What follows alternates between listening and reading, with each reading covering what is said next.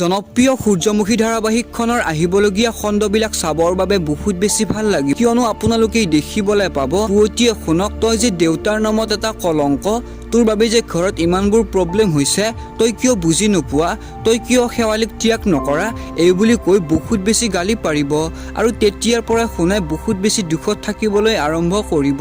ইফালে আপোনালোকে দেখিবলৈ পাব শেৱালিক পুৱতিয়ে, তোৰ কি লাজ নাই নেকি, তোৰ বাবে যে ঘৰত ইমানবোৰ প্ৰব্লেম হৈ আছে তথাপিও তই ঘৰৰ পৰা ওলাই যোৱা নাই, এই বুলি কৈ বহুত বেছি গালি পাৰিব। লগতে আপোনালোকে দেখিবলৈ পাব অনুস্মিতাৰ মাকে ভায়েকক, তই যদি মোৰ কথা নুশুনা তেতিয়াহ'লে তোমাৰ মৰমৰ ভণ্টি এই ঘৰৰ পৰা ওলাই যাব লাগিব, অৰ্থাৎ অনুস্মিতা ঘৰৰ পৰা ওলাই যাব লাগিব, এই কথাটো কয়। লগতে আপোনালোকে দেখিবলৈ পাব সোণৰ ভায়েকে যে জুৱা খেলে, এই কথাটো পেহীয়েকে গম পায়, ভায়েকক ঘৰৰ পৰা ওলাই দিয়াৰ সিদ্ধান্ত কৰে আৰু তেতিয়াই শেৱালিয়ে শুনক, তই যে ভাইটিৰ হাতখন এৰি নিদিবি, মানুহৰ ভুল হয়ে, এই বুলি বুজায়। গতিকে আহিবলগীয়া খণ্ডবোৰ চাবৰ বাবে বহুত বেছি ভাল লাগিব।